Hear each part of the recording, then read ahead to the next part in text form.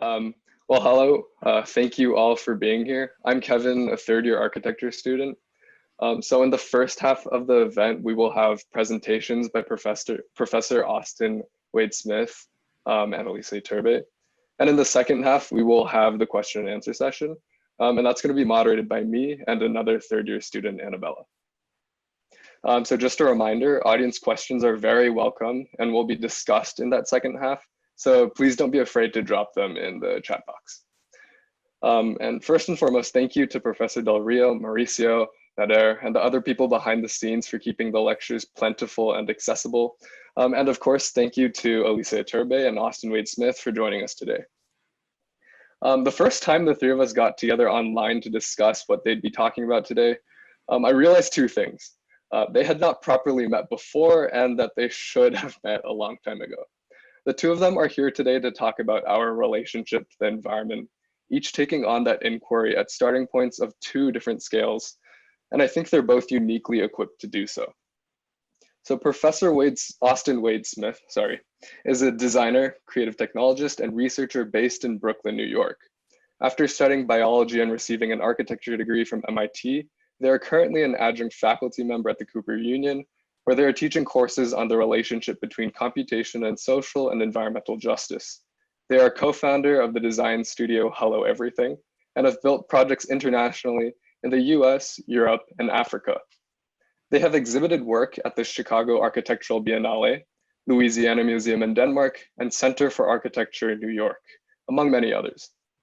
In their practice, they explore the reciprocal relationships between spatial media, ecological networks, and community resilience.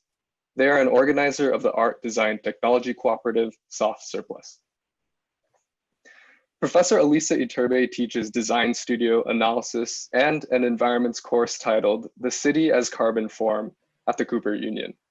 She is also a critic at the Yale University School of Architecture, where she also coordinates the dual degree program between the Architecture School and the Yale School of the Environment. Her writings have been published in Log, the New York Review of Architecture, and Pulp, in addition to a forthcoming piece in Perspecta. She also co-wrote a book with Peter Eisenman titled Lateness, forthcoming in 2020, and is co-founder of Outside Development and Architectural Practice. Okay, without anything else, we'll be starting with Professor Smith's presentation. Hi, everyone. Thanks for coming, and thank you all for organizing it. I'm going to present off of a screen share, so give me a moment just to cue that up. And I'm assuming everybody can hear me okay? Cool.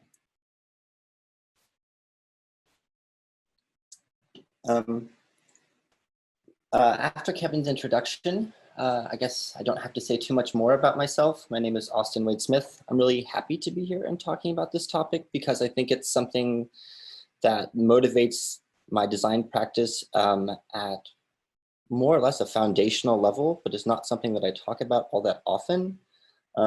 So I'm really excited to share it, in part because many of the hats that I wear at Cooper are more related to technology and digital fabrication. But I see a lot of the topics that I'm going to be sharing today as the sort of impetus and driver for a lot of the ways in which I pursue design, both as a designer and researcher, but also as a teacher and in the role of pedagogy. So this first image is a texture map of an environment of a city. It's generated via photogrammetry, a 3D scanning technique that generates three-dimensional environments out of images. What I like about it is that it is stripped away of all of the dimensional extensive exactitude that we associate with computers and technology. And what's left behind in this image is more or less a kind of perceptual haze of the different artifacts, textures, adjacencies that make up the environment. And I think it's a helpful precursor to the way I explore technology within design and its relationship to the environment. So I'm going to be talking a lot about the relationship of technology and ecology because that's really my bias and where I'm particularly interested. And I'll work across a couple of different scales and talk about some of my personal work as well as work I do in the classroom. Okay. So for some brief context, I am a co-founder of a design practice called Hello Everything. We've built projects all over the world, oftentimes in a collaborative fashion, in this case with the Spanish architecture office, Salgas in Madrid. This project was in Kenya. And another hat that I wear is being a community organizer for a cooperative in Brooklyn called Soft Surplus. And I'm interested in working as an architect in the mode of spatial practice with communities because it treats architecture at a scale that transcends just the hardware and the construction logic, the assemblies, fabrications, materiality, to talk about the kind of social life of spaces and of buildings. And so I think of my role as an architect in community organizing as the kind of spatiality of working with social organisms, things that evolve and change over time. They grow intelligence, they begin to talk back to you, they disagree.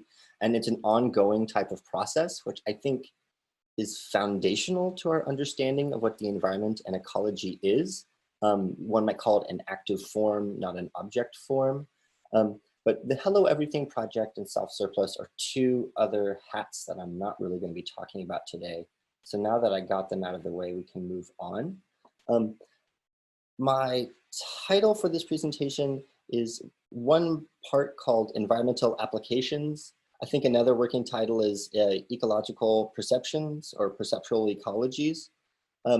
And I am pulling this diagram because it basically was what I designed my fall 2018 elective at Cooper Union around. And it's a modification of a proxemics diagram. And the scope of the class was working increasingly at greater distances away from the body. And I am really interested in our question of in design, what we call frames of reference. And oftentimes we have many different frames of references. One might be the city, the nation, state, or territory, the scale of geography. Others might be at the scale of the body, what one might call a body area network. So I've used this question of the body and the environment to compose and construct a number of different courses and projects throughout my time at Cooper. And I'm going to try to work in a trajectory that traverses scale away from the body, but just by the nature of how things flow, I think I'll be switching in and out. But everything that I'm going to be speaking about roughly exists somewhere within 10 feet of your experience. So I'm trying to keep it quite local. So the first topic is an EID 101 class that I taught with Professor Naveen Shleyan. And it was also in partnership with the Cooper Union Sustainable Agriculture Project. And this is a still from a field trip we went on to a high school in the Bronx that has a pretty robust hydroponics program. The class was about cultivating social networks with more than human worlds. And to do that, we were focusing on the notion of gardening and greenhouses as a design prompt. This was a cross-disciplinary class that was enrolled in by primarily engineers and architects as well, but I taught this across the street at 41 Cooper. And I'll show a few projects based on that. This is from the EID 101 course, but also from QSAP, a project done by Sanjana Lahiri, Melina Thai, and Carolee Hagi. And this is a modular designed greenhouse unit, or more like a planter unit. And you can see here in the image, the 3 iterations of the process of fabrication. I kind of have to keep this in here because the digital fabricator in me wants to scream about iterative design. And so whenever I find an example, I include it. But I think this project is really interesting, one, in its synthesis of very low-tech techniques and very high-tech techniques. And it was an idea of taking what we conventionally understand as design fabrication, which works at a larger scale, and exploring ways in which people cultivate relationships with organisms which are not human beings within the space of the home. And that was the thrust of the class for EID 101, and I think this project exemplifies it quite well. Rather than experiencing the environment as an outside, a kind of great outdoors wilderness, oftentimes comparable with terms of vastness, scope, and scale, What are ecologies that are quite close, that hit quite close to home, quite literally? The second example I'll give from the EID course is a modular greenhouse design. And it was done by a 5-student team, Mina Ali, Esther Wang, Victoria Clanso, Chris George, and Reed Chambers. And this project is looking at the notion of greenhouses as a type of community center. And at work in the question of community is who or what is eligible to be included in our notion of community. Oftentimes when we talk about communal practice or social practice even, it's particular to human beings only. And I'm particularly interested in these courses as a way of not just sort of perpetuating what one could call like a kind of Copernican shift away from anthropocentrism, to talk about what sort of social networks we have with organisms that are more than human, one might say. And so the greenhouse has become, in my research, a primary driver to take on that idea. It is both a space of social assimilation and interaction between people, also interaction between people and plants, and also plays a kind of infrastructural role of providing nourishment and sustenance. Underlying this question is ways in which our interaction with the environment can build community resilience and autonomy. So here's some stills from that greenhouse project, the prototype that was made. This was fall 2019. And I think it's an interesting synthesis of, again, a more analog or craft-based technique. A lot of the techniques used to produce this are thousands of years old, but integrated into a conversation and a set of techniques that are thoroughly contemporary, primarily hydroponics and physical computing and sensing systems. So we worked through a lot of the details to try and bring fabrication as a type of dialogue between people and materials and context. And what I'm not showing here that is difficult to depict in a way is all of the sensing networks that were developed in parallel in the class that were techniques for us to be able to perceive and understand the dynamics and the behaviors that are happening within ecology through technologies that we more closely relate to as computation. I think that part of the work that I do oftentimes feels like I'm building some elaborate gizmo with a little computer inside that will just make a needle point north, when you could in fact just use a compass to point north. And maybe there's something enlivening or inciting, like causing insight into the process of using technical systems to try to unearth understandings and modes of perception about the environment that we've lost or have been with us for a long time. And perhaps the technology is not necessary, but it is a process and a way for us to get reacquainted with our perceptions and understanding of the environment that have defined human beings' ability to grow into complex civilizations like we have thus far. The next example I'm going to give is from my Crossings elective in spring 2019. It was called Minimum Mobile Habitat, and the site was Fresh Kills on Staten Island, what was once the world's largest landfill that's now been redesigned by a number of designers, both in the city and in James Corner field operations, to become a park. I'm not showing too much of the larger scale work, but more cases from a particular workshop that we did there. The thrust of the class was to try to set the stage for what architecture and design looks like on remediated land, when land is engineered, and allows us to understand that the notion of nature, and when I say it, I'll probably imply that it has a capital N. Nature is a constructed thing. And Fresh Kills as a site, as a context, I think epitomizes that dynamic quite clearly. There is no untouched or elsewhere, some outside that we're not already implicated and entangled into. So this image is taken from a workshop we did at Soft Surplus, my studio, that we called Air Sessions. And it began as a conversation and an exercise about sharing air, about the act of breathing in a shared space. And how not only is presence or a sense of community within space something that happens through conversation or through eye contact, but the physical exchange of oxygen and CO2 that are commonly shared within a room.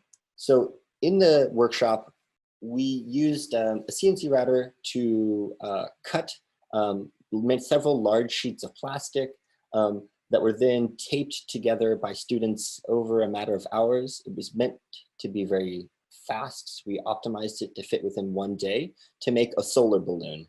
I'm not claiming the solar balloon worked terribly well, but I think that this kind of design of working with the solar balloon is something which does take some power from the outside world. It takes external energy that's inputted into it, but once it's done, it becomes a kind of environmental actor on its own right. It is able to respond to solar gain and heat change that's happening in the ambient air and related to the sun, to be a sort of design that I'm thinking of as like an environmental actor or an agent. And I'm really interested in the way that design can have a kind of ecological agency to it. The second example from that Crossings elective done by Teisha, Aurora, and Gu Chong, Graham, and Jenny Zhang, both now graduated, was a really simple installation posted outside of the Cooper Union that meant to respond to airflow via color through this array of hanging fabrics.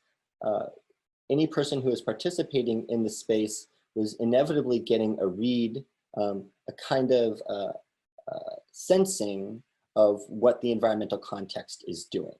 So sometimes one of the most powerful things that a design can do, I think, is to make the ecology that it's in legible to people, just so that we can perceive it in the first place and understand it. And it's a complex question as to what isn't a sensor in some way to the environment that we're in. It's not a matter of something being a sensor or not. It's whether or not people have cultivated the capacity to see architecture, the city, designed objects, not designed objects as reflections of the ecological context in which they're in. So the rust on a car is a reflection of the frequency with which salt is distributed on the road, the incidence of precipitation and snow and rain that happen, the temperature. And so design in this case is looking at making ecology legible. And I think that is part of the ecological process or embodying ecology. It's about working with design to make the environment legible to us. Oftentimes, this ideally happens not necessarily on the timeline of human beings, but on the timeline of planet Earth itself, rather than coercing the world onto our timeline so that we can perceive it and understand it. How do we meet it more than halfway?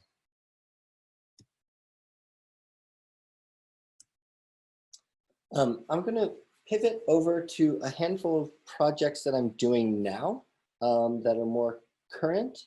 Two of the workshops are happening next week, and I think they'll provide some context into this notion of ecology in the body.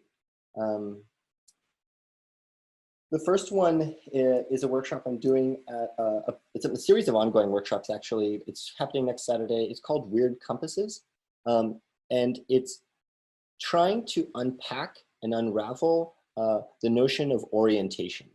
And I think embedded in our understanding of our body in the environment, we continuously read the environment as a way of situating ourselves, as a way of getting oriented.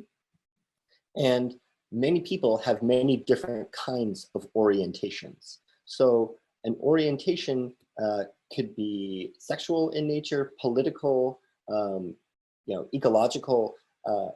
many different ways with which we situate within our frame of reference what our orientation is. So weird compasses is a way of trying to cultivate exercises within which people find their own orientation relative to the environment. And to do that, we're going to work on building a series of compasses. Most likely, several of them, mostly will be almost entirely analog, won't necessarily have any silicon or like electronic parts inside of them.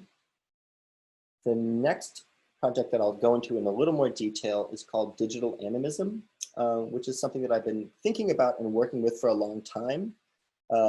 Animism is a very charged term, but I think that in a lot of ways, animism epitomizes my relationship or my interest in the body and the environment, in the sense that being attentive to or attending to the world is an essential thing that humans have had to do to understand the weight, phase, odor, toxicity of all of the things around us, requires us to pay attention. And how can design cultivate our capacity to pay attention? And again, as I said, perhaps that occurs not just on our terms exclusively. So digital animism is a weird creature. I'm honestly not sure what its pronouns are. And I'll read out loud what it is. This is the website for it. It's going to go live probably tomorrow if I finish it. But so this project is, I'm a project about animism and the rituals of ecological sensitivity. I'm a small effort for individuals to reattune and attend to the agency of everything around us collectively. It's kind of like a small almanac of our local environments served up quietly once a day over text message. So what this is a bot. It's a text message bot that is more or less hijacking the technology used in spam call, robocalling systems. And through participants signing up to play or to participate, each person contributes a reflection or an observation about their relationship to the environment in their immediate neighborhood, and submits it to the bot. And subsequently, across the duration of this summer, all people who will participate in it will receive a message every morning that cues some prompt for them to reflect on about what's happening in the environment where they live, particularly in New York City. A lot of it is attuned to Brooklyn more particularly, but it could be all over New York. And it's not meant to be a robust conversation, but trying to find simple ways with which the environment pushes back upon us, and using existing technical infrastructure that we're surrounded with, sometimes addicted to, as a way to pay attention to our environment and our context. And I think of this as a kind of ritual, as a kind of construction of rituals for perceiving what Tim Ingold calls attending to things.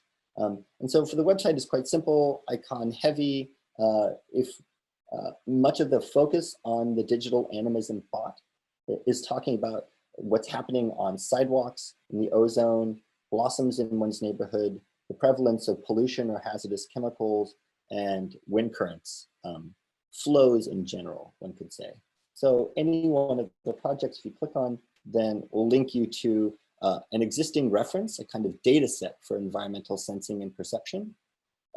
This is a link to the New York City Mesonet, which is a different kind of internet of weather stations that operate on their own band, primarily, not all the time, but frequently do. And so the humble push of a text message is one way with which we might attend to and pay more attention to our ecological context.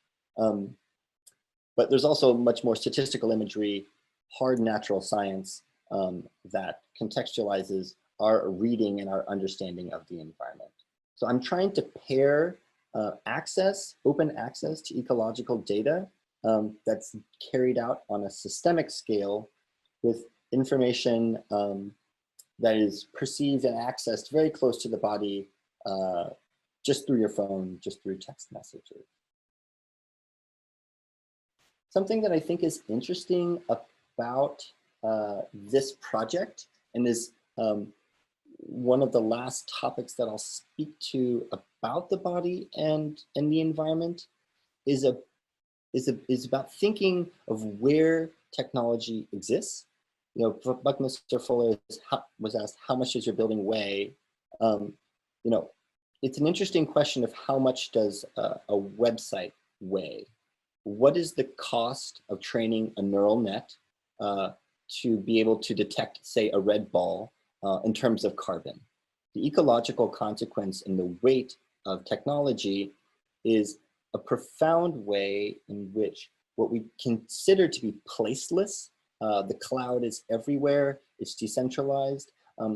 This is very, very concrete. We know that there are heavy supply chains and enormous resources used to run the technical infrastructure that we rely on every day. And so this project lives, this bot lives at the studio that I mentioned before. So it is a server, and it has an address. This project, this webpage has an address. It's 366 DeVoe Street in Brooklyn in New York. And going further, where does this infrastructure lie? It sits technically on what I argue as stolen ground from the First Nation Canarsie tribe of the Lenape First Nation group. It runs on solar power from a solar panel anchored to the space. And if we have a particularly cloudy set of days, then the whole system collapses until we get enough sunlight to turn it back on again. And I think that this question of situatedness about our technology is extremely important. I think of it not like cyberspace, but more like cyberplace. Like these things happen in a context, in an environment with an impact and a footprint. And so that's driven a lot of this sort of research in how the environment and the body can interact through technical systems. Just an example of what that looks like. It texts me in the morning. These are things that I put into it. Actually, I'm one of the people who's currently compiling it. So if dogwoods are flowering in the park near where you live, it prompts that notification early on in the morning. I'm going to stop there. I initially just set up for 10 minutes, so I'm happy to go into more detail on any of these projects. Yeah, thank you for listening.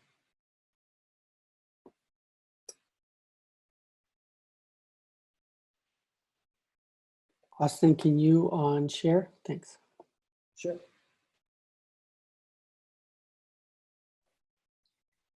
Yeah, thank you for that. Let's go right ahead to Professor Iturbe's lecture as soon as she's ready. Yes, I am ready, and I've unmuted myself, hopefully successfully. And let me share my screen.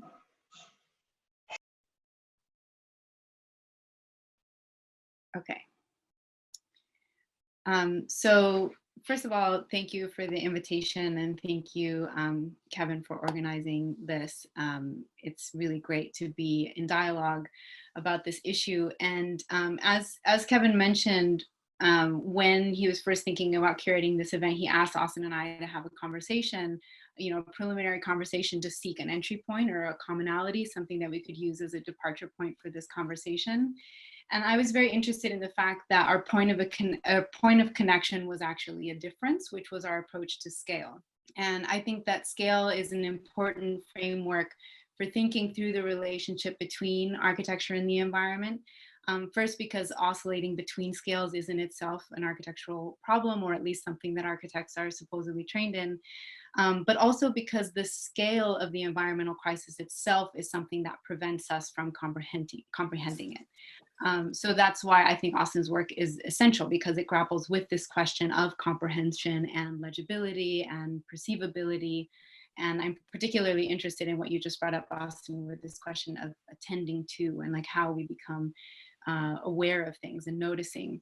But I think throughout the environmental movement, or at least in different groups that try to grapple with what the environmental crisis is, I think that there's somewhat of an opposition between what we consider to be questions of individual responsibility versus structural issues. And I think that each provide a different way of framing our relationship to the environment.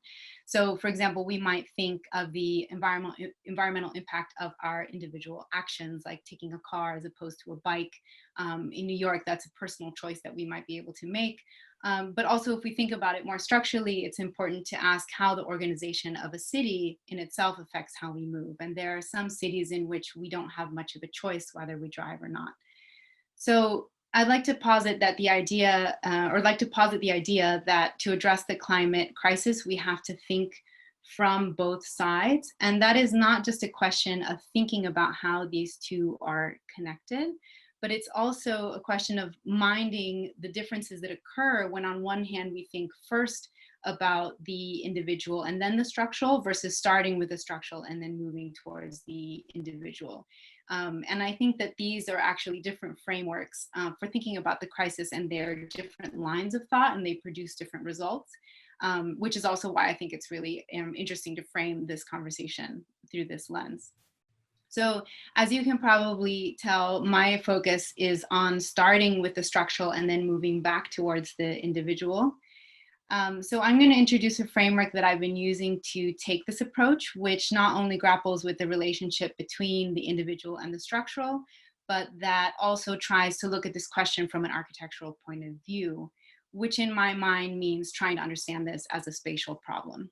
And so I tend to call this framework overcoming carbon form. And it's an idea that is rooted in two things. First, it's rooted in the idea that we need an energy transition. So our primary environmental crisis, which I consider to be primary, is climate change. Primary because it's not the only one, but it's the biggest and the most urgent and has this cascading effect in all these other ecological realms. And it's a very specific problem, right? It's an excess of greenhouse gases, especially CO2 in the atmosphere, that's causing global heating. The greenhouse gases get there because of the way we burn fossil fuels and energy. So the climate science in itself can be complicated, but the premise of the problem in a way is simple, right? That we have an energy system that produces an excess on one side of things, and we need to revolutionize our relationship to energy. So I say that I'm sure you all are very aware of all of this already, but the reason I bring it up is to say that I'm framing what I'm about to say around this context of thinking that energy transition is the most important thing that can happen in terms of environmental action at this time. But then there's the second point that I like to make, which is that every energy paradigm has a corresponding spatial paradigm. And this point requires a little bit further definition because one, where I want to frame energy as primary to the problem, but I think that when we talk about energy as architects, we often fail to recognize the difference between technologies of energy generation and the societal and the spatial organizations of a specific mode of energy capture. So here I have to apologize to my students who've already heard this part, but it bears repeating because it sets up the rest of the argument. So energy capture is a very important term. And it does not refer only to technology or technologies of energy generation. So it doesn't refer to just a solar panel. It refers to the way in which an organism or a group of organisms acquires the energy needed to live. So it's about how energy moves through a living system. And humans have gone through three paradigms of energy capture. So starting with hunter-gatherer societies where humans were going out into the environment to seek out the food that they needed, and that was the way that they were getting the energy to reproduce their biological processes. Then we transitioned to agricultural societies, and that's when humans began to cultivate food and they were creating predictable stores of energy, and that allowed for an explosion in the population, and there are all these other changes that happened in that moment. And then we transitioned to a fossil fuel society. And here I'd like to say a word about carbon, which is a term that we throw around constantly, and I throw around constantly. Carbon exists in all of these modes of energy capture because carbon as an element is a basic building block of all organic life. The difference is that the first two systems drew energy from biological processes that were occurring on the surface of the Earth, while the latter began drawing from vast stores of carbon that were beneath the surface of the Earth. And humans began burning that carbon for energy and harnessing that energy with machines. But so that carbon is different from the carbon that we were using before. It's detrital fossil carbon. And so the carbon that I refer to in terms of thinking through this energy system that we have is not necessarily the carbon that's in excess in the atmosphere, but it's the carbon that we can find as one of the main ingredients in fossil fuels. And that carbon got there because fossil fuels are compressed layers or remnants of dead plants and animals, right? That's why it's called detrital fossil carbon. And that compression makes fossil fuels extremely dense with carbon. And so burning carbon releases a lot of energy. So that density of carbon content is what makes fossil fuels unique and a rather spectacular energy source. So every foot of coal has 10,000 years worth of plant material. So when we transitioned to fossil fuels, suddenly energy was available and abundant in a way that had never been before, but through the specific process of combustion, through burning this carbon-rich fuel. And so that process of combustion became foundational to our society's productive activity. And we haven't looked back since then, right? We live in a carbon-fueled society. So those are the energy paradigms. But the more important point, actually, that I want to make is that if we look at the different energy transitions that humans have gone through, each one has had a corresponding spatial paradigm. So in other words, every time there's been an energy transition, there's been a corresponding revolution in social structure, and there has been a corresponding revolution in built form. So when we moved from a hunter-gatherer society to an agricultural society, we had the birth of sedentary civilizations, and we had the rise of towns and cities. Enormous revolution for built form, right? And then when we moved from agriculture to fossil fuels, we had the birth of industry. And the way that humans live and move through space was never the same again. And those changes were written into the city, and they revolutionized the way that we build. So that's when we start to get factories and worker housing and a new kind of urban density. And then as the carbon city evolved, we start to get apartment buildings and skyscrapers and department stores. Then, of course, post-war suburbs start to crop up in the supply chains that fuel or feed all of those neighborhoods. And then, of course, we have the infrastructure of petromobility itself. And so the term I've been using to refer to this spatial paradigm is carbon form. So through the lens of carbon form, we can begin to see that carbon-intensive energy capture has framed the conditions that give rise to what we might call modernity. So I would argue that our industrial origins are not in the past, they're continuous with our current condition because they initiated a new energy paradigm that we have not overcome.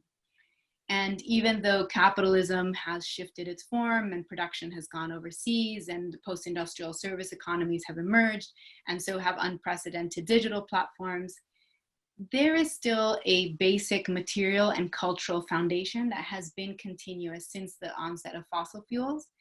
And as we build and as we make and as we shape our built environment, we continue to assume that there is a specific base condition.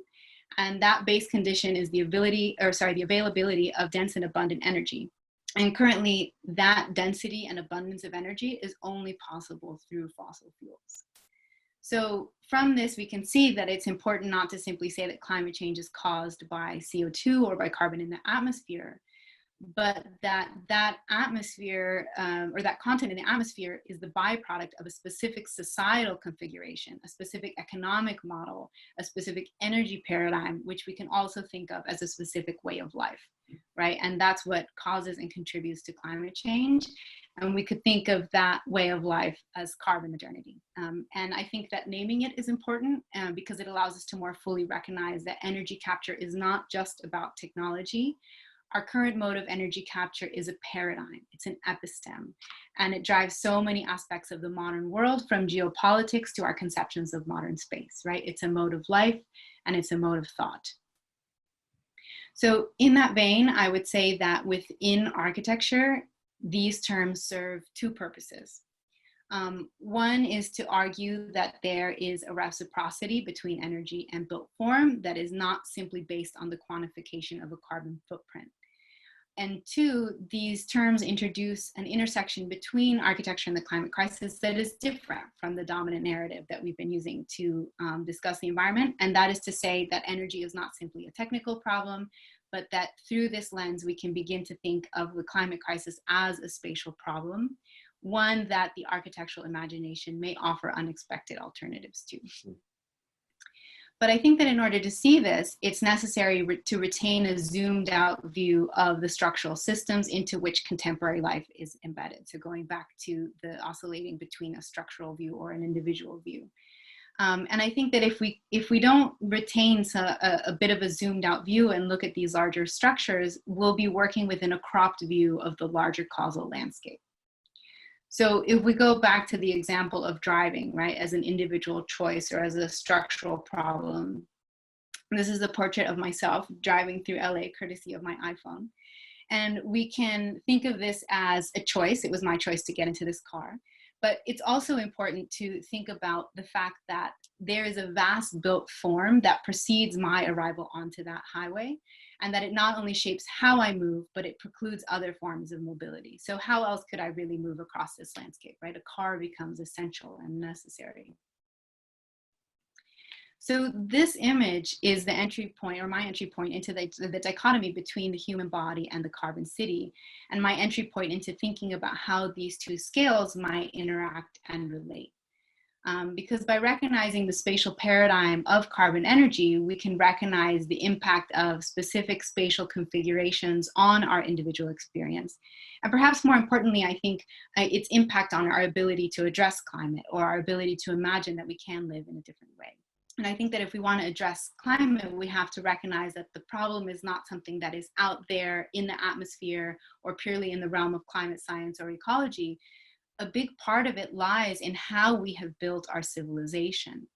And we cannot think of the built environment as passively receiving energy from the grid, just as we can't think of ourselves as isolated individuals that bear the responsibility of environmental change on our shoulders alone. Because our dominant spatial paradigm, what we're seeing here in this image, actively gives form to an energy-intensive way of life. So as I thought about the title Human Body, Carbon City, and considered how this might be adjusted according to a viewpoint that begins with structural matters, I started to reframe it as a question to myself and starting to think about what is the relationship between carbon form and a carbon subject, right?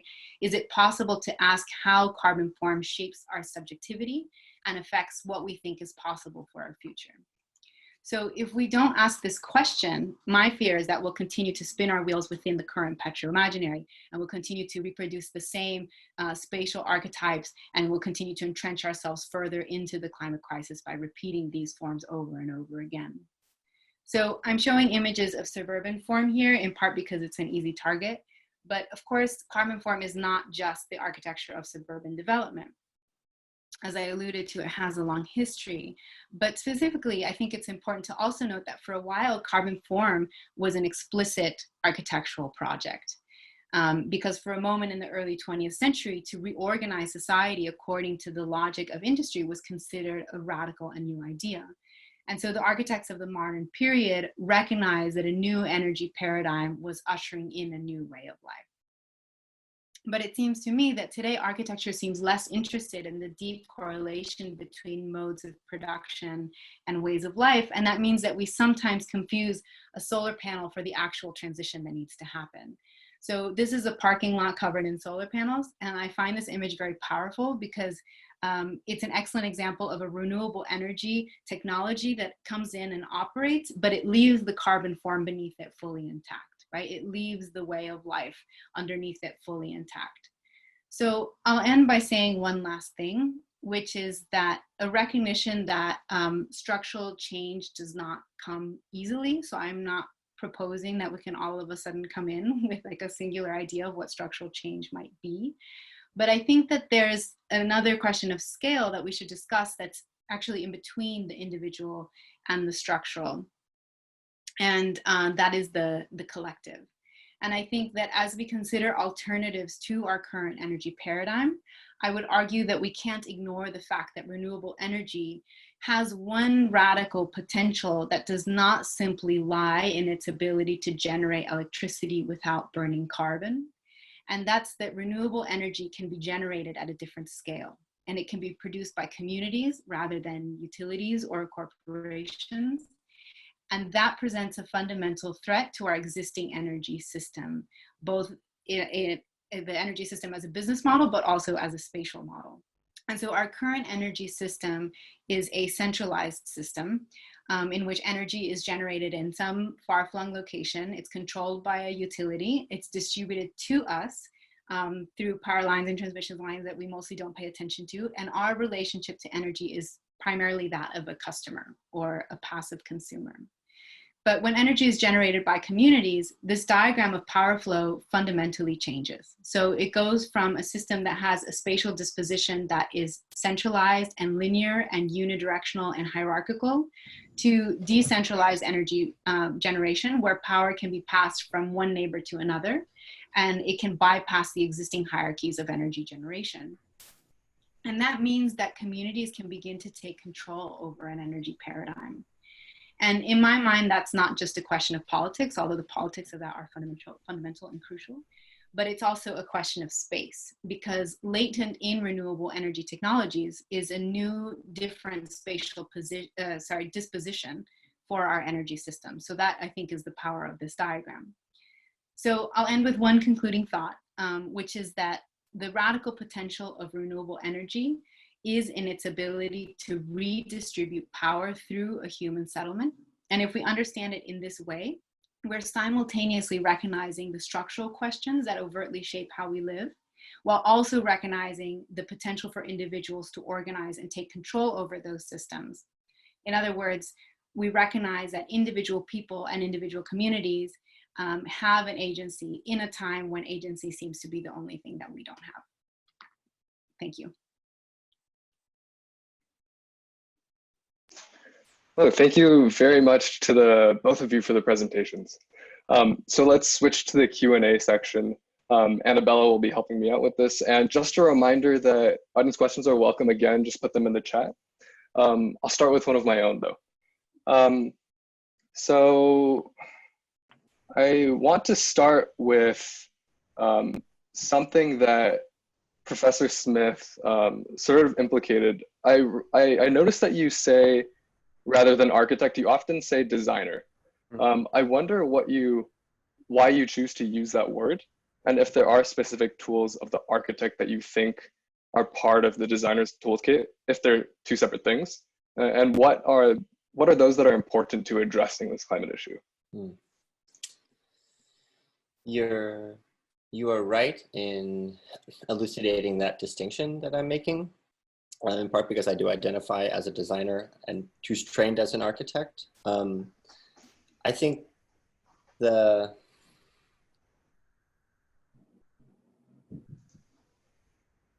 part of the motivation for using the term designer rather than architect is that it allows a kind of flexibility in the different modes and networks within which a person works to be more seamless or easier, at least from my own experience, to be able to take on questions like the environmental crisis or the ecological crisis or mass extinction. So I think that fundamentally the environmental crisis is an architectural problem, precisely to Elisa's point that it is a spatial problem, and it is a problem of how we construct, orient, and navigate our built environment, space, living space around us. And so I do think it's a fundamentally architectural question. When we get into the complexity of who the users are or those who are responsible for burning up carbon below the ground, which I thought was a great distinction, versus above the ground, I think we start to talk about entities that are not always people in the common sense that we thought about it. but like server farms, AIs, other forms of actors that that are having large consequence on the ecological crisis. And I don't think there's necessarily a term for the how we architect for all these other users or entities implicated in the problem yet. I don't know a proper term for it. So I use designer as a kind of broader catch-all. And I think that part of the work I showed is like quite tangibly in the realm of architecture, and some of it I think is tenuous, to put it lightly. So my goal is to be able to weave in and out of a more known architectural framework, and then also sort of be able to expand out and ask these questions from the position of a designer. But I don't have anything, any innate opposition to identifying as an architect, per se.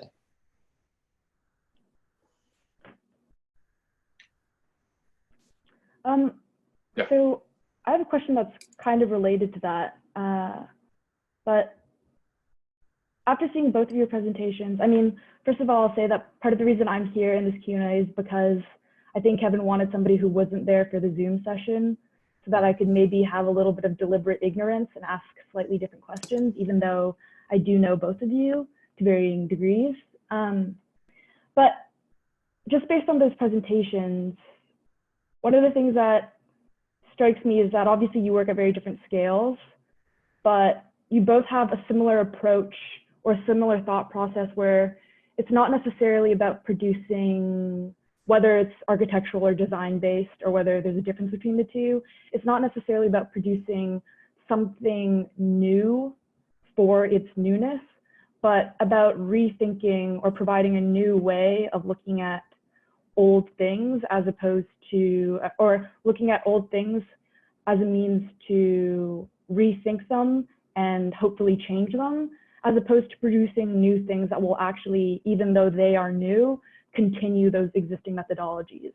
And so even though you're operating at very different scales and with different interests, it almost surprises me that you have that kind of fundamental belief in common. And so I was wondering if you could expand on that a bit more. I think that's an interesting thing to pick up on, definitely. And I mean, at least on my end, yeah, I definitely have an issue with the more common discourse in architecture around what is considered new or transgressive, because I actually find that it's a way for architecture to continue spinning its wheels and not really address anything foundational. And I think it comes from a couple different places, but in some ways I see it as trying to replicate the model of the historical avant-garde, which had declared its radicality through newness. And so, you know, part of my intent in arguing that there is this underlying form of modernity that is continuous before and after the historical avant-garde is to also situate that idea of newness and show that there are many ways in which the modernists were not necessarily breaking with history, but they were actually giving form to a paradigm that was already 100 years old, right? They were giving form to an industrial paradigm. And, you know, it was new in a sense that the forms had never, you know, that project had never been done before, I suppose, but it wasn't necessarily a break with history, and or at least in the way that they suggest that it is, you know, that the 20th century was the break, and in reality it wasn't. A fundamental break happened at our last energy paradigm, and since then we have been giving that energy paradigm different articulations of form. And so I associate the historical avant-garde actually also with carbon modernity because of that. And so that's another reason why I find it and not necessarily always a fruitful way to look at things. And so I'm much less interested in sort of a concept of newness for the sake of newness, as much as I think it's important to recognize that we are in a moment where transition is fundamentally necessary. And for the first time in human history, an energy transition has to happen deliberately, on purpose, and quickly. And that has never happened before. Our past two energy transitions were not an intentional project. The industrial turn actually happened, or obviously happened much faster than the agricultural turn. And the changes happened very quickly compared to the rest of human history. But ultimately, it wasn't a sort of project that was aimed at energy transition specifically. So in my mind, if we're going to think about sort of change or newness, it's more important to think about it through the lens of transition. Otherwise, I find that we're just replicating carbon form or replicating the modes of carbon modernity. And so it's not new as long as we continue to do that.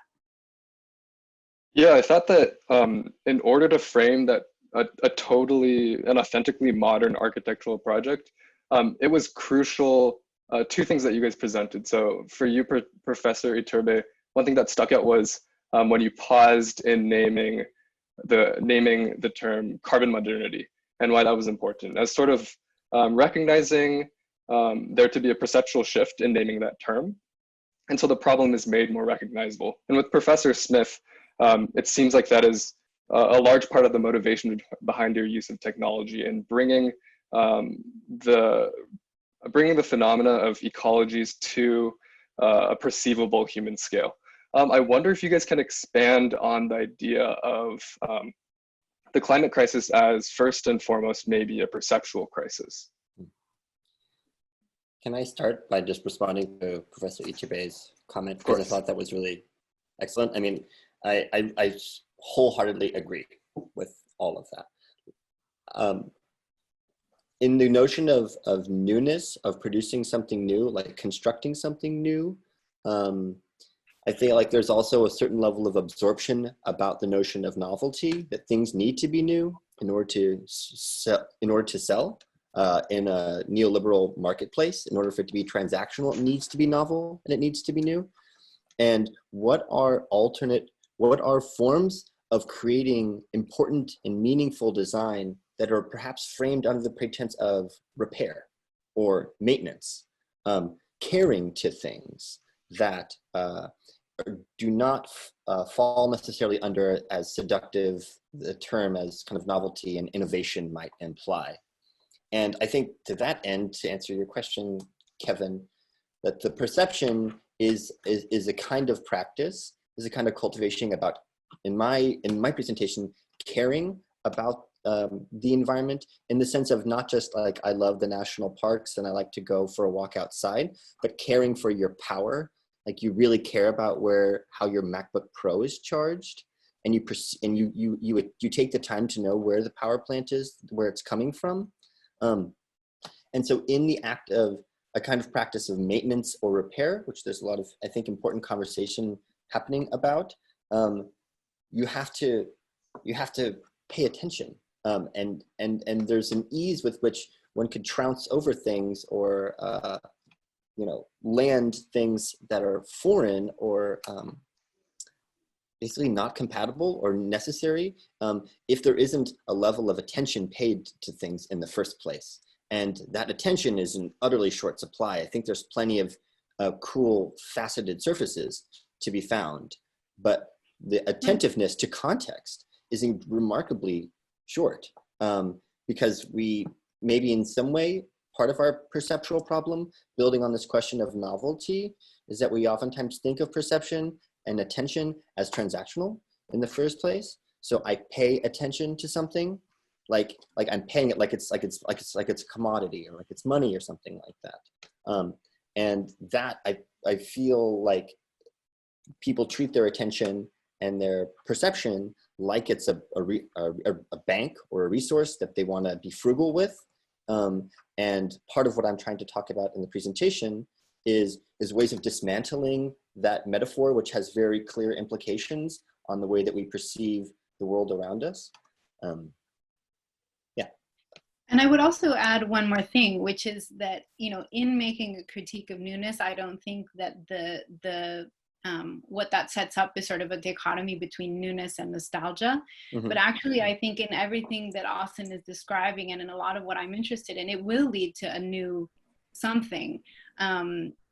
Because orienting ourselves away from commodification and towards care and towards stewardship and towards thinking about how we access our basic needs at a different scale. It's reducing our reliance on global supply chains, and trying to think through the ways in which we organize our basic lives. If we organize them away from commodification and towards cooperation and towards local production, that will produce something new. There's a false dichotomy between saying that moving away from capitalism means moving towards like a pre-existing form of socialism that we've already known. Like, we haven't really known what has to come. It will be different. And there are many false dichotomies that I think we have to be wary of in that sense, right? Like, I'm also not proposing a nostalgia for hunter-gatherer societies, although occasionally I do feel that. I'm not proposing it because we don't have the, we just can't, right? We don't have the land for everyone to be, for all 7 billion people now to be hunter-gatherers, and our culture has changed. Like, it would be impossible to do that. So I think it's important to not have an orientation towards nostalgia, even as there's a critique of the role that newness has played in architectural discourse. Can I build on that really quickly for a second? Yeah. And I think it goes back to Kevin's first question, because I've been thinking about that with the architect and the designer, just based off of what Elisa said. Like, in these, is a new role, a new kind of architecture, one we see and we critically investigate the role of material culture, the hardscape, the kind of default that is the built world, and how it affords and allows some behaviors and disallows other behaviors, or it engenders certain kinds of action. But what is the question, what is the role of an architect in organizing social structures, social organizations? That is kind of the major crux of our intersection, is this question of community. And it might be that that can happen in a parking lot or in an old building, and the architecture has something to play with it. It's absolutely a spatial practice, but the toolkit and the understanding that we have is oriented towards facilitating interactions of people, resources, and energy in space. That is ultimately spatial, but not necessarily easily described in terms of bricks or I-beams and glass. So, I mean, I was going to ask a different question before, but I think this will be better based on what, Austin, you just said. But in recognizing that the question of climate change is architectural, even if how that comes to be may not be purely by architects. Mm-hmm. Another thing that I noticed, again, through deliberate ignorance, is that Austin, in your presentation, it was mostly built works, photos of built works, whether that's, oh my God, sorry, my cat is, I'm so sorry, very interested in the climate crisis. He's a ready participant. Sorry. That the majority of your presentation was built works, whether that means digitally built or physically built at Cooper or elsewhere. And with Professor Iturbe, in a way you're building, but building more of a theoretical framework. And I know, the difference between built and theory is not actually a dichotomy, but I'm asking it kind of in that way to be deliberately provocative in a sense. But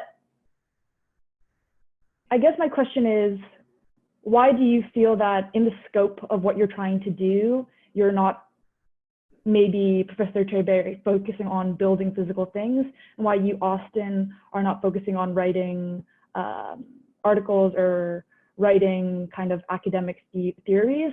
Or probably more likely, why do you actually feel that what you are doing is in a way building, or what you are doing is in a way theoretical? Yeah, I think I would answer that in a couple different ways. And one is simply by my own recognition that conventional modes of practice were not suited to addressing the questions that I wanted to address. And the idea of really addressing things almost in the way that conventional practice works, in most predominantly now, it's sort of a building by building, parcel by parcel, client by client kind of project. And I am not sure that that is really suited to addressing the kinds of questions that we're facing, because I think that to understand the climate crisis fully, it's not simply about understanding buildings, but it's about understanding the relationship between buildings. And it's about understanding urban relationships, and contemporary practice has very much moved away from thinking about the city. And so that has been something that, for me, I have identified as something that is very problematic. And I think that we have to think about the city, and we have to think about the relationships between buildings and people. And we have to, in that sense, really question what the architectural profession looks like. And in a way, your question is a bit about the divide between the discipline and the practice. And, you know, in my conception, they should move much more closely together. But the profession is basically, through the model of urban growth that we see now, that is primarily through privatization and through private capital being largely responsible for any sort of changes in urban morphology through these kind of giant capital projects. I don't see that as an entry point to producing the kind of change that we need. And so, you know, then answering from a more personal level in terms of what I would like my practice to be, I would like my practice to be completely in dialogue with this theoretical framework. So I find it essential to build that, and that is a form of building. And then the projects that I have been doing, don't necessarily always have a building component, you know, like working with a nonprofit here in California that is trying to start a community land trust. So that's an organization that we've been working with. And that, in my mind, is a way of still being an architect, because it's a way of speaking to community actors who are interested in building not only just, you know, a structure that will turn a profit, but building housing that will house the community that they are also wanting to shape. And so that relationship between a community and an architect, in my mind, is very important. Will it mean that I build many buildings throughout my life? Probably not. It will mean that I will build less. But in my mind, it's important to build according to what I think will most help usher in a transition. But then at the same time, I think that the framework that I'm proposing in terms of the idea of overcoming carbon form, it's not something that I want to only shape my own practice, but I would really be interested in seeing how other people take it up as well. So like, I don't see that project as proprietary, you know? So also I hope that other people that have a different relationship to construction projects can take up those ideas in different ways as well. So I see that also as a way of collaborating and talking to other architects and shaping the discourse around how construction happens. This is Nader. May I ask a question? Of course, yes. Go ahead, please. Elisa, if you could just elaborate a little bit, because in your interest in the relationship between things, you're obviously interested in the planning dimension.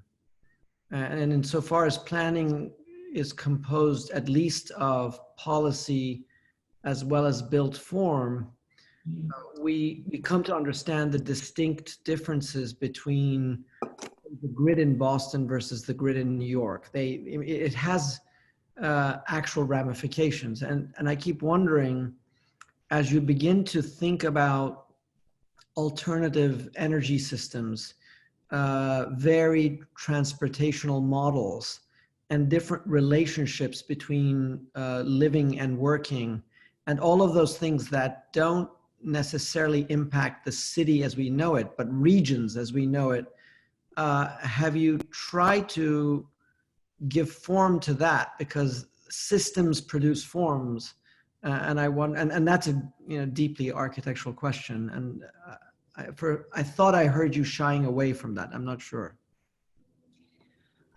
Maybe in the presentation, just due to time in a way, but that's definitely what I am now working on drawing. And now sort of moving forward from this idea of overcoming carbon form as a framework, those are the exact questions that I'm grappling with. And I think that there's a fundamental question in my mind that's about the overlay between the urban grid and the energy grid. And I'm interested in mapping the spatial dispositions of both. And the energy grid, there's, one thing we talked about in class this morning in my environments course is the difference between the spatial disposition of something and its specific form. And the city is something that has both a spatial disposition, but it has a specific form in the way that the energy grid does not, right? The energy grid can conform itself to many different kinds of, contours and grids or lack of grids. But so those are still important relationships in the way that a centralized grid will kind of allow a particular kind of urban form to proliferate. And so those are the moments where that relationship produces the systemic result. Thinking maybe Manhattan and Boston are very specific and sort of old and have a an ability to kind of remain in place.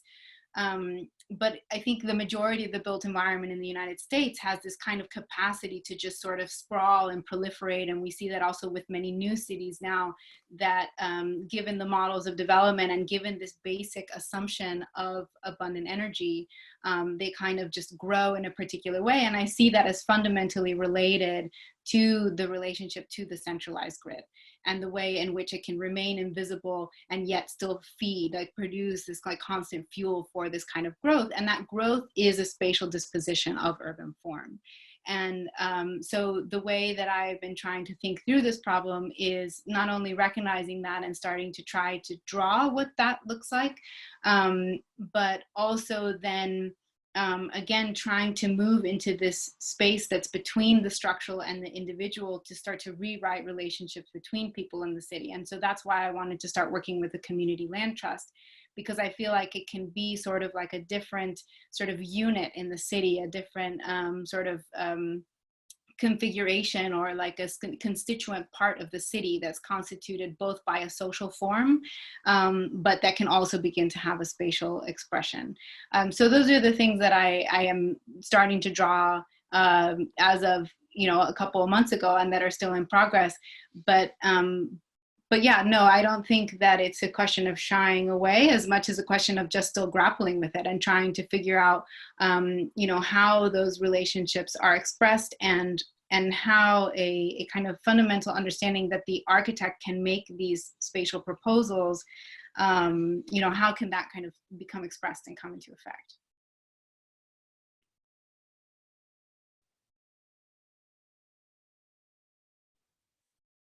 I hope that answers the question. For sure, yes. Okay, at this point, I'd like to formally open up the discussion to audience questions.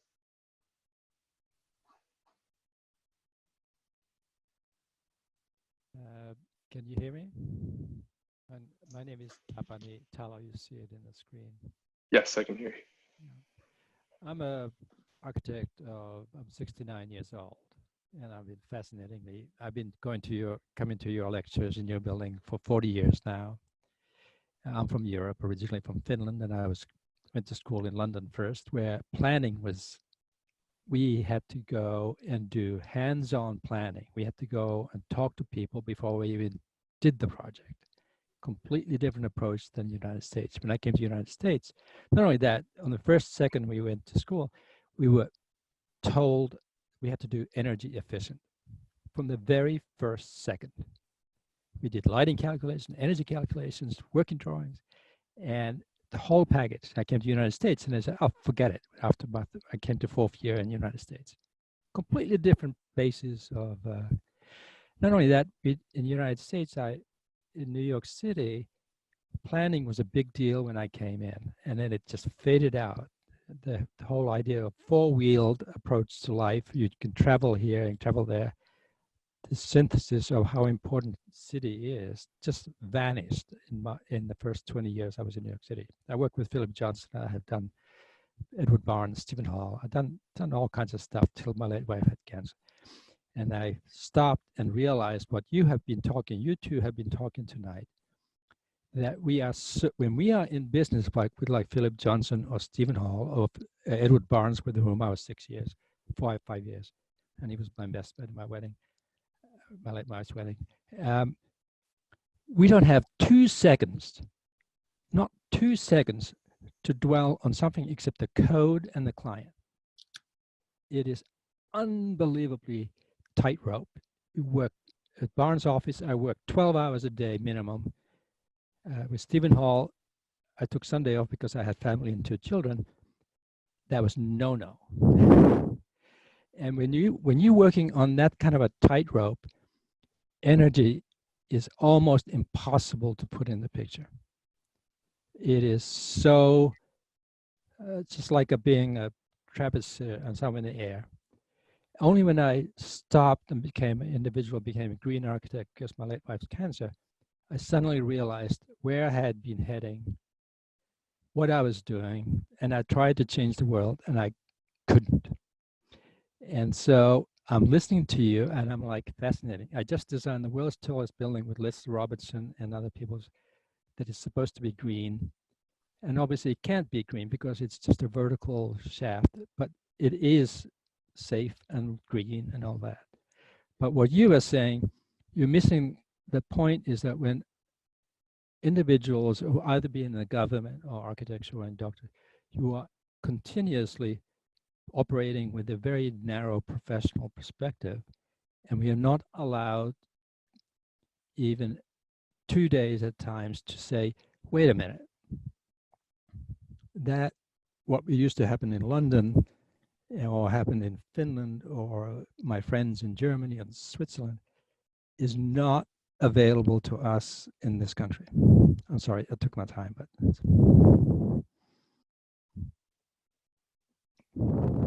Yeah, I mean, I absolutely think that there is a fundamental problem with the architectural profession. And that means that architecture, which is a discipline that is so rich in its ability to think about the nature of human life, is strapped and constrained. And I think it goes back to Annabella's question. I don't know what to say except I totally agree. And that problem means that, as architects, we have a lot of work to do, right? And there are the ways in which we try to push architectural ideas forward and try to think about what a new spatial paradigm could be that can open the way for the energy transition that we need. But there's a lot of that can only happen on paper due to the limitations of the architectural profession. But then there's the project of changing the architectural profession itself as well. And that is, at least on my end, why I'm a member of the architecture lobby, that, is a group that's really trying to foundationally rethink what the architectural profession is, and can we organize together to redefine the what the limits of the profession are. Because I think that some of the disillusionment around our ability to deal with climate has to do with understanding the current boundaries of the profession as the limits of the practice. And I don't think that it should be that way. I'm going to +1 Elisa's comment on the structural issues within architectural practice that disallow critical conversations about energy or other than a handful of select ones to be allowed. And I think that your question reflects precisely on those structural issues. And in the spirit of organizing or what community infrastructure can look like, I also am a member of the architecture lobby. And I think more spaces like that and more communities that are working at the structural level of how the practice is working from a critical perspective of labor is absolutely essential towards shifting the capacity or the bandwidth for large-scale architecture offices to be able to engage with these topics more robustly. Yeah, absolutely.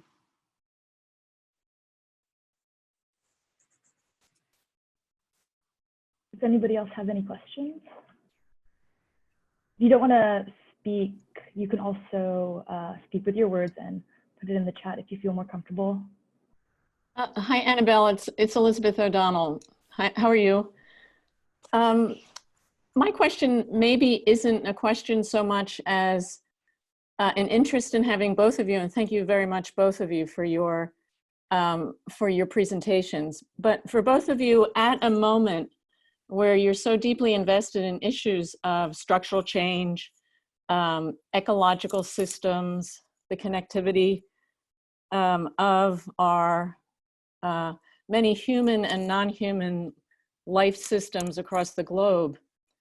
And can you both take a moment to reflect on the current situation that we find ourselves in, where the whole notion of how the city operates has been radically transformed, that the use of energy has actually fallen significantly, in a way that where I think we all as cultures have said, well, climate change is coming, there's nothing we can do about it.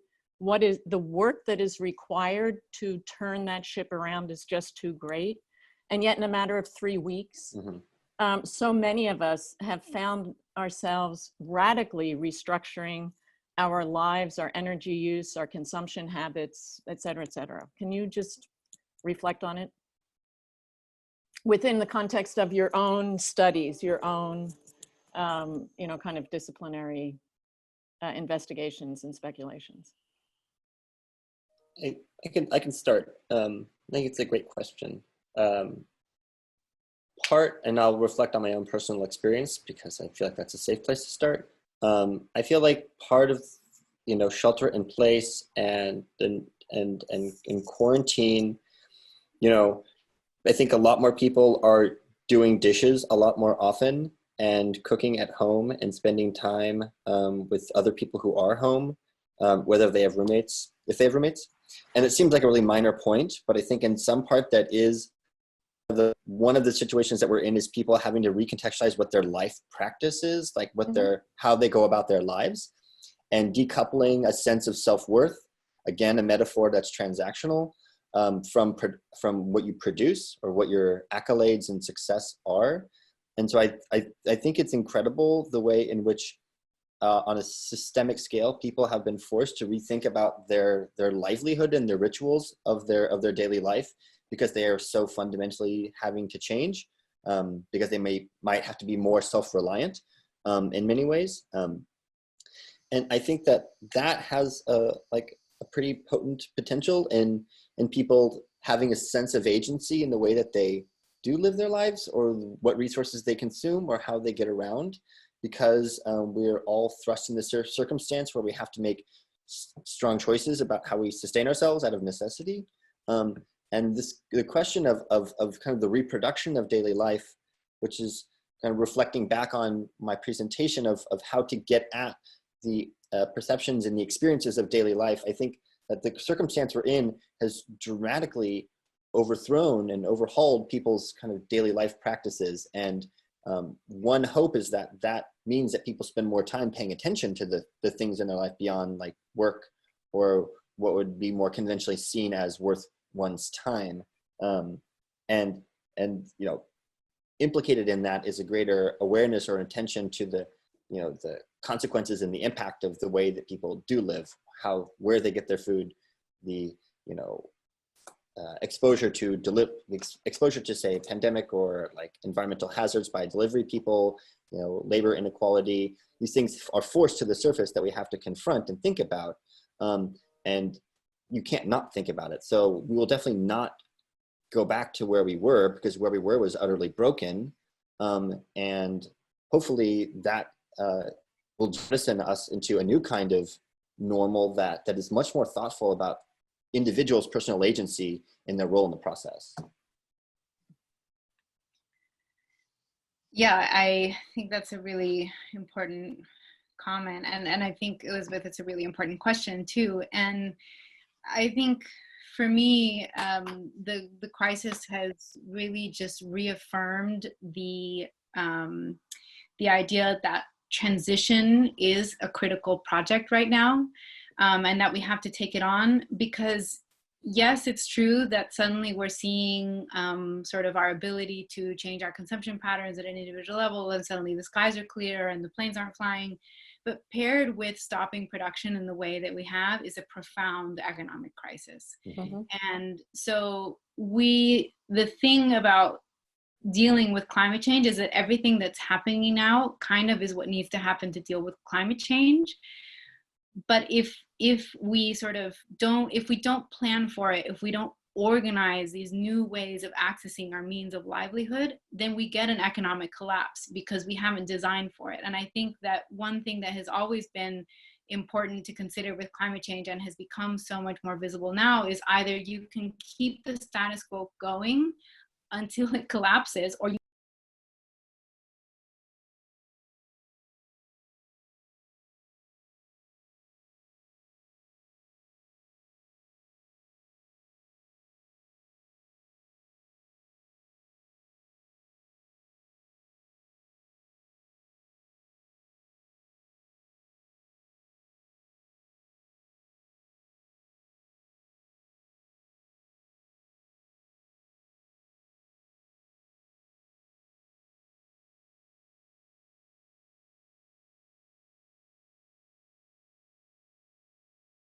Hello?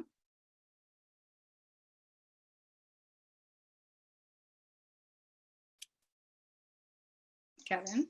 Oh no, technology is difficult. I think Mauricio is hosting on his end. Not quite sure what happened, but Yeah, hopefully it'll just regenerate. I think, yeah, Mauricio did send me a message saying he was going to switch to a different meeting, and he said he had made me the host, but apparently it still got cut off when he ended it. Oh, I see. Yeah.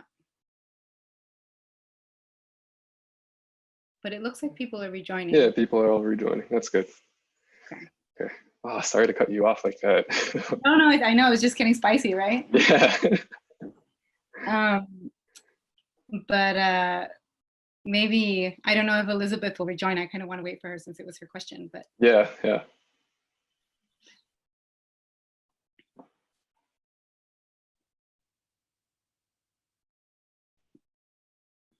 Yeah, because I got a little notification that just said that my meeting had been ended by someone else. So I'm assuming it was Mauricio leaving. Yeah, me as well.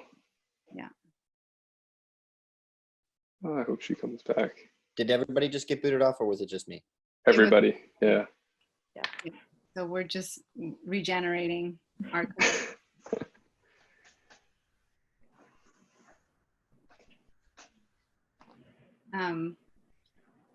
Well, I don't see Elizabeth anymore, but.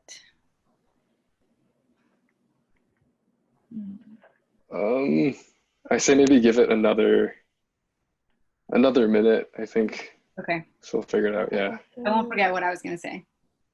Okay, thank you.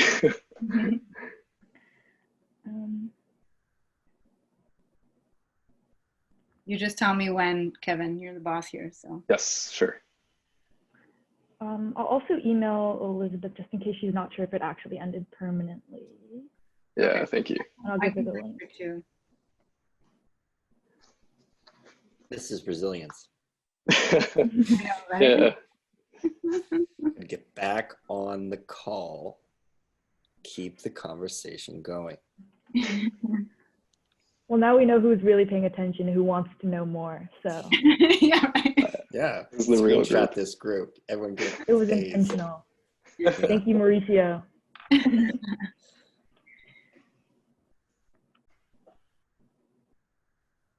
We'll give it like 20 more seconds, I think. Sorry about this. Okay. Elisa, I say move on. Go. Okay.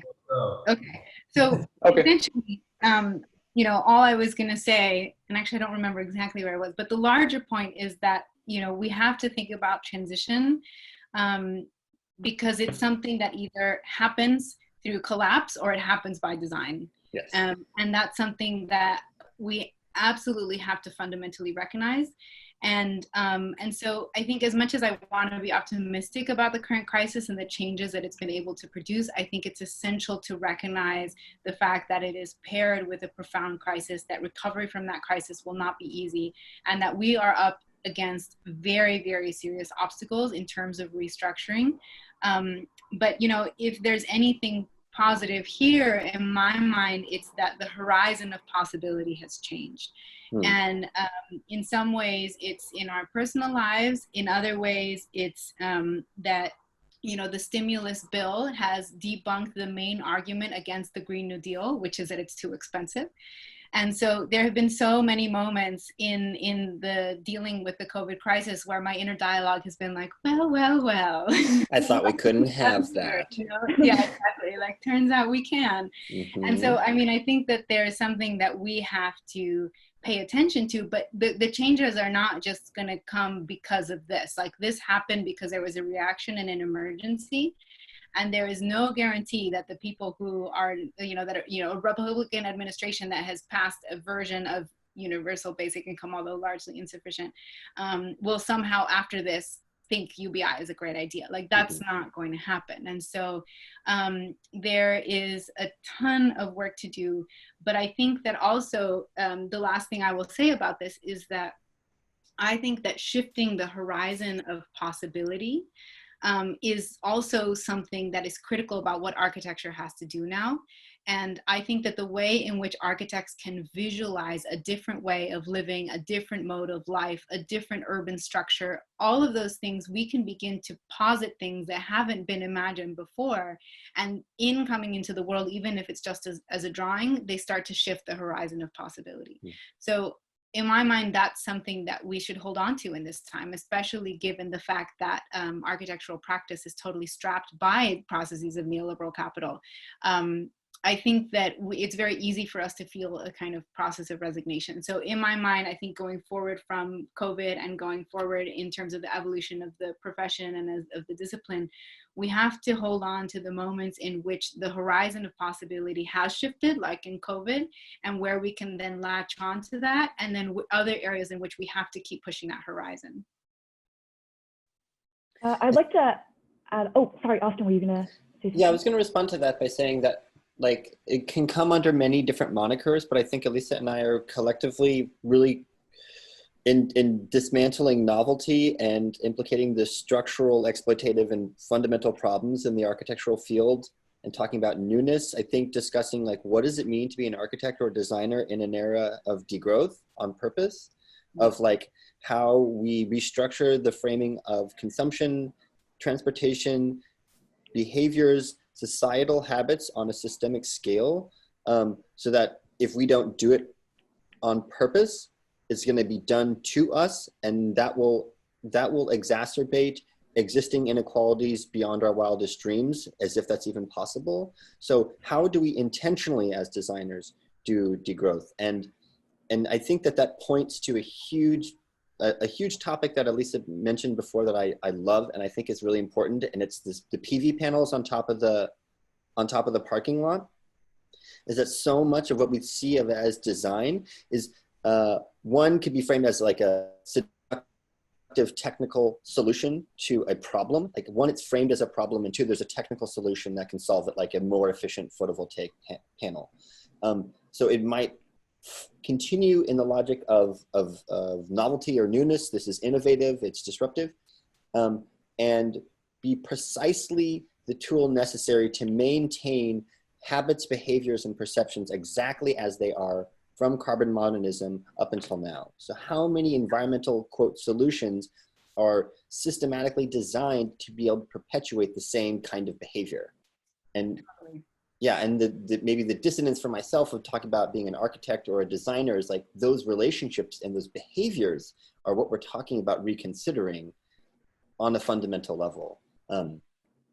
Yeah, and that's why I hate the word sustainability, because you cannot sustain what we have. Its sustainability is the wrong project, and I feel like it often is paired with finding more energy efficient ways to reproduce the same thing. And I think that a project that is still covered in solar panels can still be a carbon form. It still can. Yeah, totally. It's an interesting question, like thinking in the scales of like COVID-19 to the impending or already upon us economic crisis to the climate crisis as different scales of what we're experiencing. For you all, as for those of you who are students who are still here, like, this is an extremely pressing question for when you get out of school. Like, how reproducible is the canon of architecture that we've been taught? And like the culture of practice and like designing forms in a larger question. And I don't mean to dismiss it. Parts of it I do, but not wholeheartedly. But I think it really is like a pressing dialogue to have about what is the nature of a practice where dismantling conventions of sustainability and behaviors which are underlying a fundamental part of our problem, like what does the architecture spatial practice designer field look like then? And I am raising that because, you know, we've surpassed, I don't know if this is fact, I haven't fact checked this, but effectively we're very close to like the 2008 financial crisis and superseded it. So that is an incredible opportunity and also really terrifying in terms of how fundamentally the practice of architecture will need to be restructured to respond to this.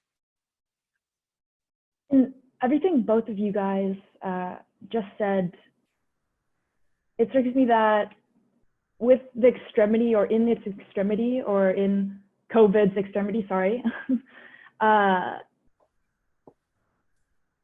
the relationship between structural, collective, and individual becomes so much more clear, not as separate ways of operating, but that one influences the other, that if one person stays at home, or if you take care of yourself at home and not going out, that makes a critical difference in the spread by exponential numbers. And so thinking about that kind of gradient that you drew in your PowerPoint, Elisa, where it was individual, structural, and in between collective, I think you and Austin kind of find that middle ground in terms of scale, and that in a way your approach at the scale of the city or in terms of larger forms has to do with the collective, and your approach of the individual isn't just as the individual but as the body in a way of thinking about the collective in some ways. And so with that in mind, I was wondering if you could talk more about, with COVID, the way that on one hand, we see a reconfiguration or change in terms of reconfiguration and rethinking. I won't say new, but in a reorienting of existing things. But on the other hand, you could also say that change is occurring just by accelerating existing processes. So for instance, companies like Amazon getting larger and larger kind of in this like late capitalist idea of competition and growth. But then, Austin, as you said before, people are starting to fundamentally rethink how they live and what our habits are. And so I was wondering if you could talk more about that with the collective in mind, and also obviously with your specific kind of interests in mind. I can start by that. And I'm just going to try to give a few particulars from the New York context about structures of community that have emerged specifically in response to COVID-19. Because I think it is a really exciting time for grassroots community resilience. Right now is like really pressing for that, and that's awesome. An example is like the Bed-Stuy Strong Slack, which is a Slack group in Bed-Stuy, Brooklyn. That's huge and incredibly well organized. That is more or less like kind of setting a model for like, it's not borough scale, but Bed-Stuy is a large portion of Brooklyn, how people can grassroots the distribution of goods, groceries, clothes, food to one another. And I think that is really, really exciting. And I just had a moment where I was nervous I was coming across as an optimist. I would like to be a realist in this, but it is really exciting, and I'll just say that for what it is. And like in my own personal work with facilitating and organizing a large personal protective equipment network, and seeing how that comes together, that in a way that like institutions like Cooper even and NYU are like trying to keep up with what community organizations are doing. You see the speed and the resilience and the kind of networked strength of community happen in these contexts, I think. And that's not surprising, but seeing decentralized networks of manufacturing, of who has manufacturing tools to produce protective equipment. This is the moment where we learn about like the decentralized manufacturing capability of Brooklyn. It's incredible, but it propagates further from there. Like what about decentralized production of energy, decentralized production of food? Like it sets the model and the kind of structure for how we can talk about resilience and autonomous community systems in a way that's super exciting. So, you know, what we're seeing now in terms of all these people coming together in terms of making protective equipment or masks and things like that. I really look forward to pushing and carrying the momentum of thinking about how that works with energy and how that works with food and other basic structural things. And at the same time, that's a complex thing because we want resilience. I want autonomous communities of energy and of food and of, means of production. But at the same time, like, where's the line where that gets too far? Like, communities are now doing things that the federal government allegedly is responsible for doing, right? And so where's the line in the formation of healthy community resilience where we say, no, this is the role that the federal government has been responsible for doing, and they're completely dropping the ball on this, which is a kind of complex line. I'm not sure where that exists. I think that answered some questions. Can I enter this conversation, especially about this point, PPE production? Mm-hmm.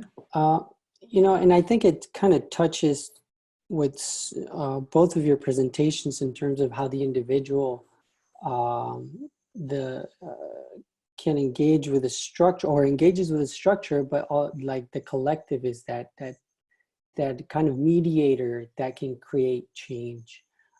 In a sense, I think the way technology is being used is both, yes, as you were saying, is a sensor, but is also, if I can ambiguate that word, is a sensor as in censorship as well in terms of attention.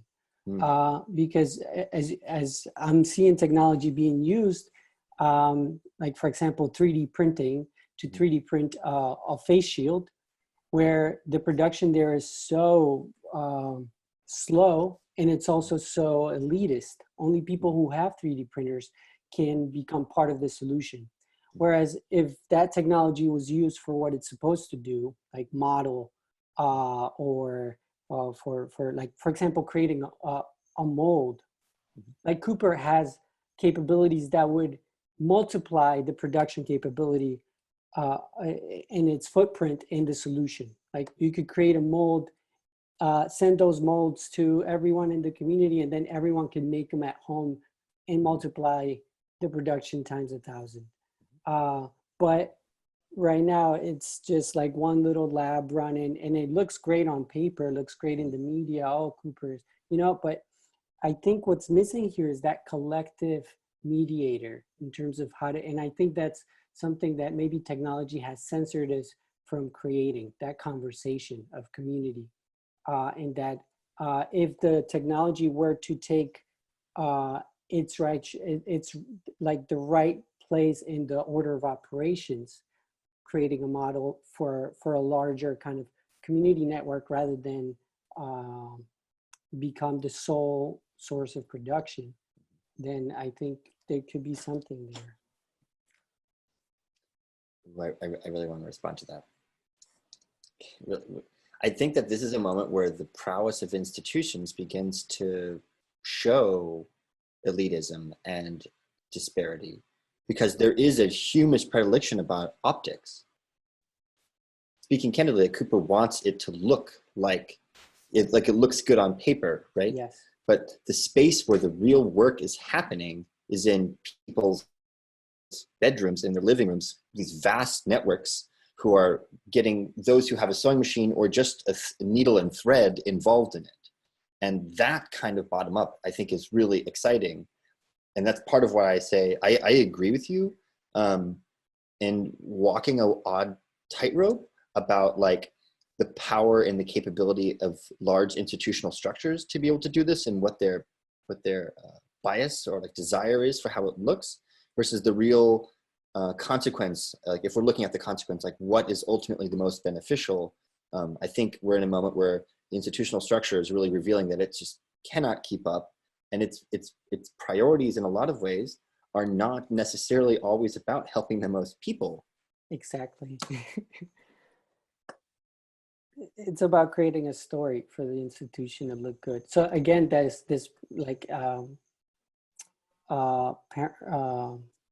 this way of competing rather than cooperating or creating community.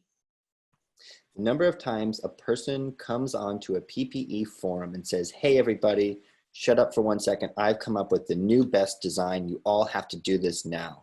And everyone's like, be quiet. Everyone, like, there's so much to quell the desire for a competitive urge to be like, I've come up with the new smart thing. I've got the new idea. And to see how a community absorbs that individualistic energy and redirects it towards a productive end is something I think is really interesting. But there is still very much an active tension between this competitive urge to be like a design hero and being like an organizer that's a designer. And it's perfectly encapsulated in this moment.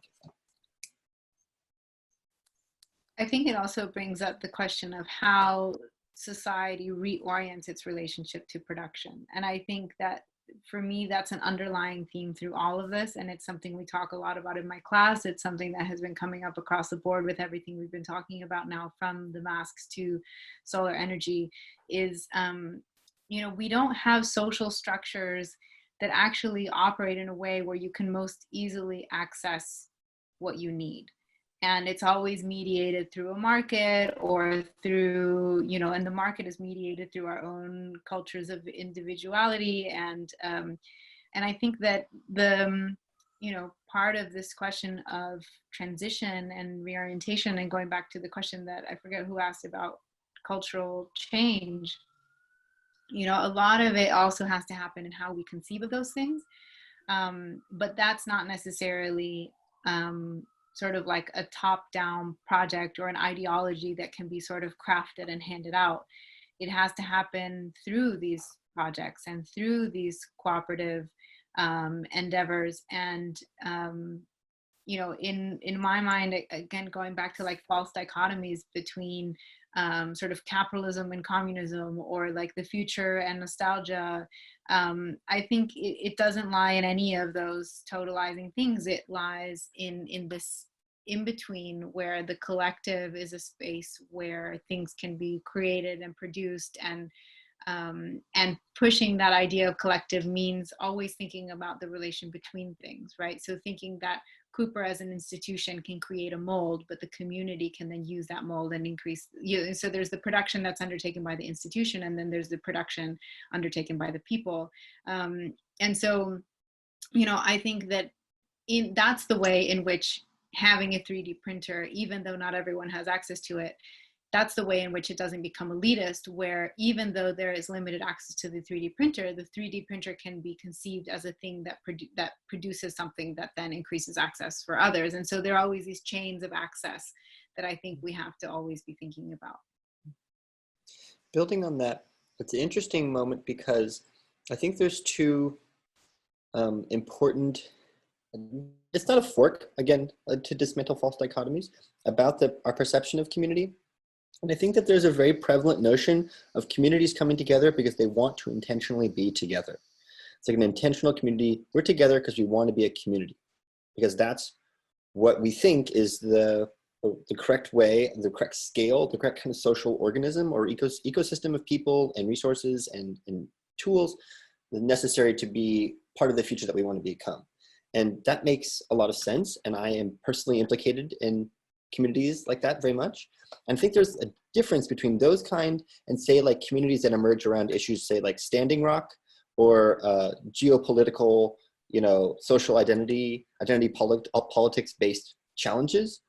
Because a community that forms around a common intention towards dismantling or promoting a particular future through concrete means, like we do not want this pipeline built in this area, or we want to have this region of the city running off of renewable energy in this mode.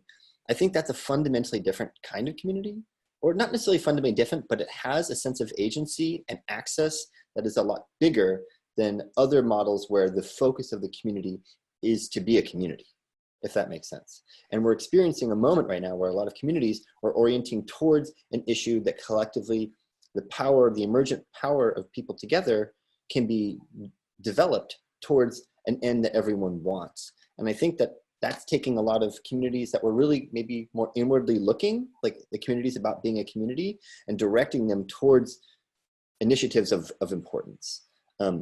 So that's like not just new communities forming, but communities getting an agenda about what kind of future you want to be a part of and how to do it and pursuing that. And I think that this moment is doing that in many ways. If I may, though, like,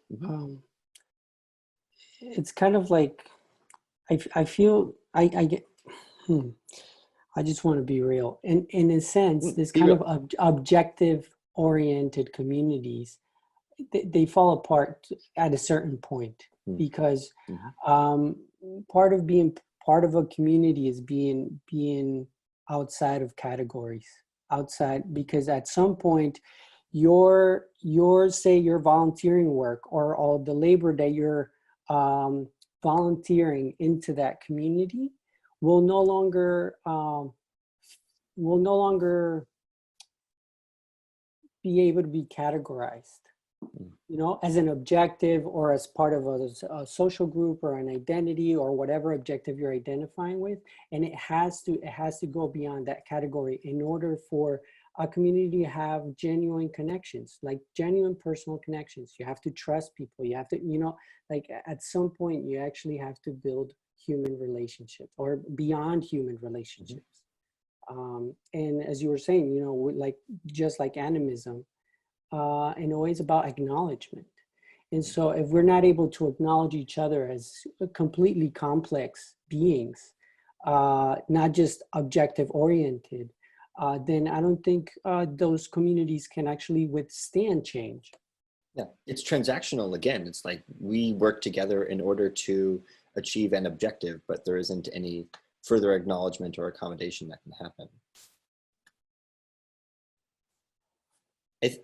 I think that that's really interesting. I also like want to problematize it and also be real. Is like, is it okay for communities to die?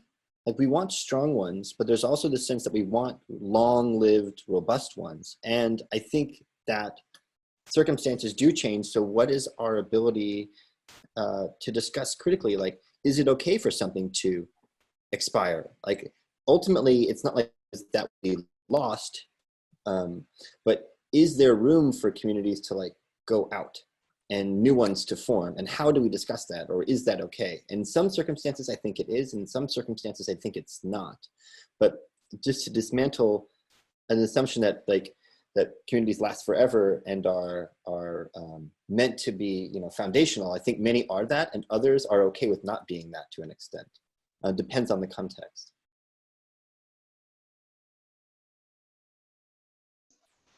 Unless anybody would like to respond to that, I think we have time for maybe one more question.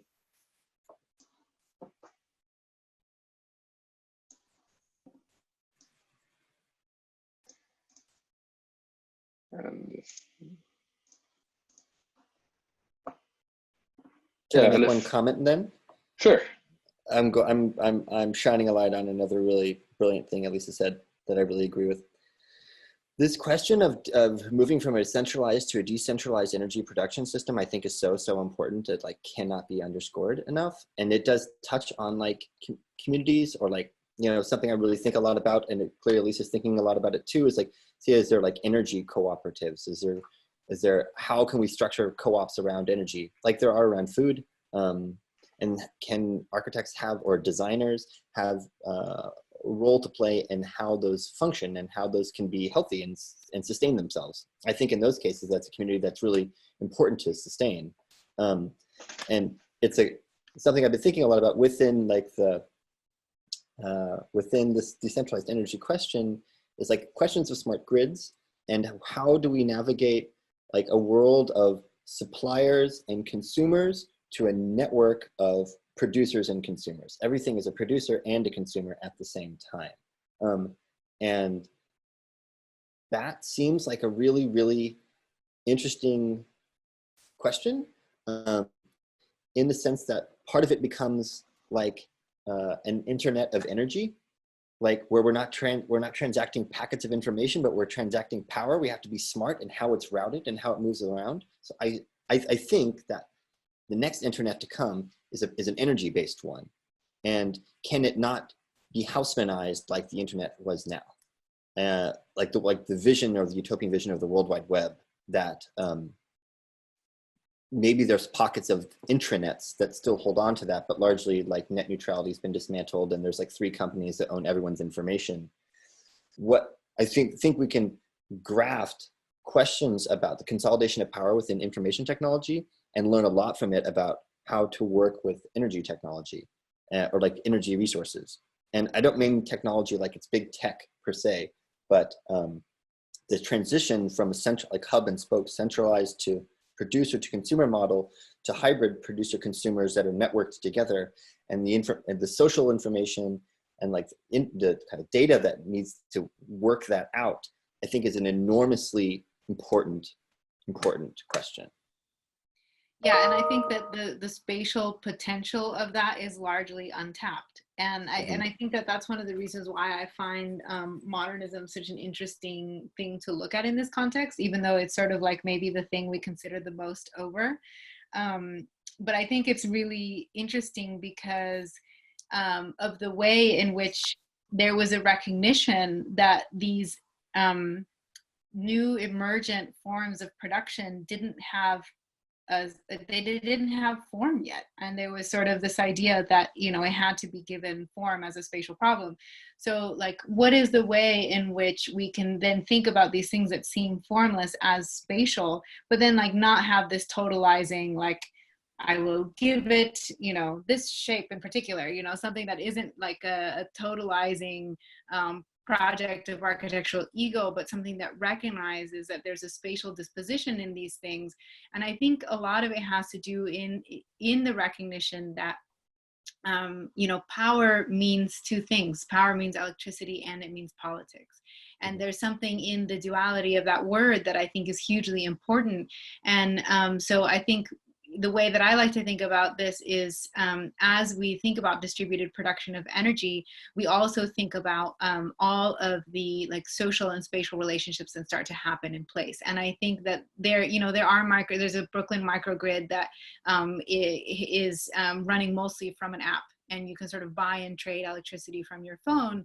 And it's a radical proposition in some ways, but in other ways it leaves the spatial context untouched, which of course in an old Brooklyn neighborhood that would probably be inevitable. But it also seems to kind of not fully work with a model of decommodification. So it seems to lack to me its radical potential. It's just that you buy and trade the electricity on your phone and you buy it from your neighbor instead of really using a community-owned solar co-op to decommodify the thing that you need access to for your the basic reproduction of your life. So I think that there's a lot to be figured out still with decentralized production in every sense, from like the production of objects and goods and food to energy. I think we haven't quite figured out how it can sort of be a larger structural thing, or whether it's something that simply coexists within the existing system or is sort of nested within. And, you know, people disagree on whether it has the potential to bring change or whether it will always be nested within. But I think that it's something that we can push. And I feel like as architects who are interested in a question of transition, we have to ask how it can push and not necessarily just be satisfied with it being simply nested. We should do another conversation about communities and energy specifically. Yeah, definitely. All right, we'll see if we can work that one out. I think we're just about out of time. Thank you again to Elisa and Austin. Those were great presentations, a lot to think about and new frameworks to look at persistent problems with. And thank you to everybody for participating in this discussion. Please stay safe. Yeah, thank you, Mauricio, for managing the difficult technology. Yeah. I feel like the second session got realer, which is good. Yeah, definitely shifted. Yeah, I thought we were going to get cut off because there was another event, another School of Architecture event going on, and I can only host one meeting at a time.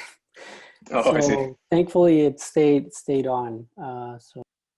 Or I think it did get cut off, but we came back stronger. So that's all that matters. Oh, is that what? So it did happen. It did get cut off. Oh, we completely all got cut off and we all came back, and that's it. It's selected. That's why those who are here are the ones who really fucking mean it, because we came back.